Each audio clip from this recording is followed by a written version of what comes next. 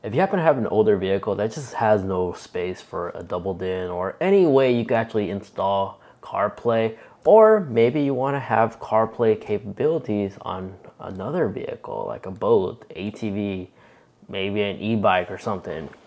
Whatever creative plot you have to just have Apple CarPlay, this is the device you want to go ahead and get. And no, it doesn't just end with CarPlay. Some of these actually support Android Auto. The one I have here supports CarPlay and Android Auto. But in this video, we're just going to primarily focus on CarPlay.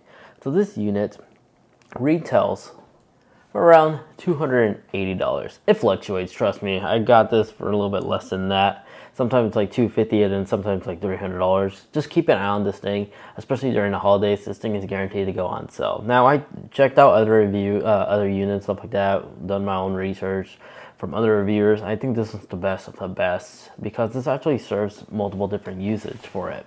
So if you have a car that you're just not interested to like install a double din or something like that because you plan on buying a new car later on or in the near future, in the meantime, you can always get this thing because it actually does have some impressive things that I'm surprised that it has. Like, not only can you actually link up your device via Bluetooth, so if all else fell, you can still listen to your media with Bluetooth.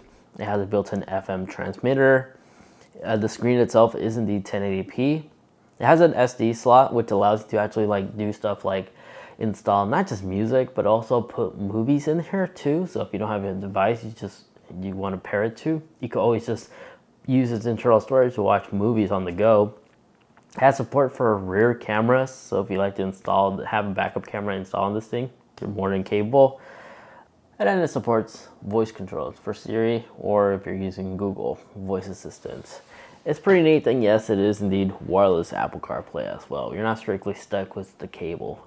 Now, I did purchase this out of pocket because I'm experimenting right now. So I do make YouTube videos, and one of the things I like to do is cover CarPlay content in terms of tips and tricks video. You could go ahead and click on that video right there if you want to have an example where I go through like all the tips and tricks from the current OS about Apple CarPlay. And I was sick and tired of using my actual vehicle to do this, so I picked up this thing because I can actually activate it at home.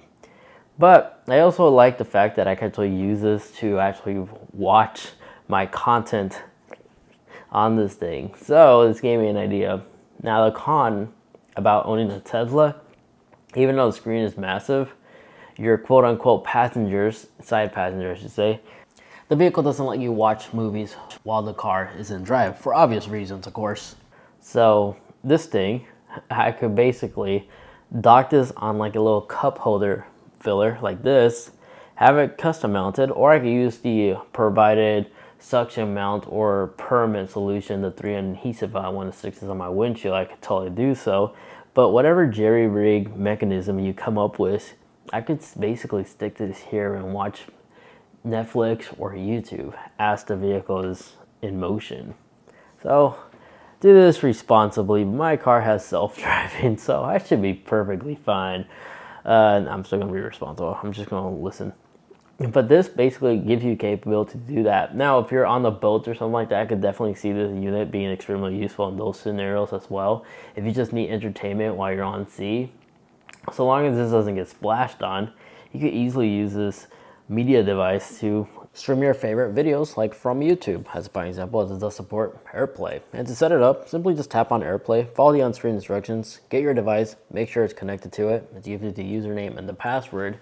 And once you do that, another thing I forgot to almost mention, you have to disconnect it from CarPlay if you're using it wirelessly. So we have to go into our settings, go in general, tap on CarPlay, select the name of the device, and just turn it off so it can disconnect from CarPlay. Now once you do that, and you're connected to the Wi-Fi of the device that is transmitting, now just bring on a control center and just mirror your display. And now you just go on YouTube, select your YouTube video, and stream. It's as easy as that. Just some streaming services, just to let you be aware of, doesn't support this because like copyright issues and stuff like that, like Netflix, you're unable to use Netflix, but for general videos and movies, you're more than capable to just stream it directly from your device. And then it will just mirror it, and it does also transmit the audio as well. So there you guys have it. And then if you like to plug in your device to power so it doesn't die on you, yeah, there's a USB port back here that does allow you to actually just use the appropriate cable to plug in your device and allow it to charge this way as well. And if you don't want wireless CarPlay, you can always use the dedicated cable to connect it, but I like to prefer using the wireless. Now you do have access to the digital home button, which is a quick shortcut to go back to the home page. And then to the most part in the CarPlay section, it's pretty much self-explanatory. It's similar icons we've seen regular CarPlay, nothing different. Just this additional home button right here you see here, which does give you access to the volume rocker. So if you like to adjust the audio, you can simply just tap on it. But you can also go home by tapping the home page right here or the dedicated icon. And the main UI for this unit, it's extremely basic, very similar to the Apple CarPlay. You have the icons here. On top is where you can adjust the brightness, see your Bluetooth connection, as well as change the themes. And then down here, phone calls, storage, USB, FM radio transmitter, as it all is all built in. If you like to add devices, you could check the list right here. The settings, nothing out of the ordinary here. Everything is basically traditional. So you could disable the built-in speaker that the device has if you don't want to hear the speaker from here. You can switch between cable or wireless mode for both CarPlay and Android Auto. You have that capability right here. So iPlay is what I like to using. That's the wireless mechanism. And then here's the Wi-Fi, which you're unable to change, but you can change the hertz of the Wi-Fi speed. And then the backup camera settings are right here. So the video warning, I don't want this to pop out every time I turn this on. So I can disable it. I have the freedom to disable that. Parking lines as well. And the rear cameras is where you basically could go in and fine tweak it to your own personal preference. So this thing has a lot, to be honest, and I just like the UI. It's really user friendly. Once more, follow the same theme as Apple CarPlay. Oh no, it's not a bad product, especially those that just have to have CarPlay on the go. And I like the fact that this isn't just limited to just CarPlay, as it has a built-in FM radio and AirPlay built in, so you could cast your whatever streaming platform you're viewing your content from your mobile device to the screen. So I like the fact that you have that freedom and the capability to add additional backup camera if you like.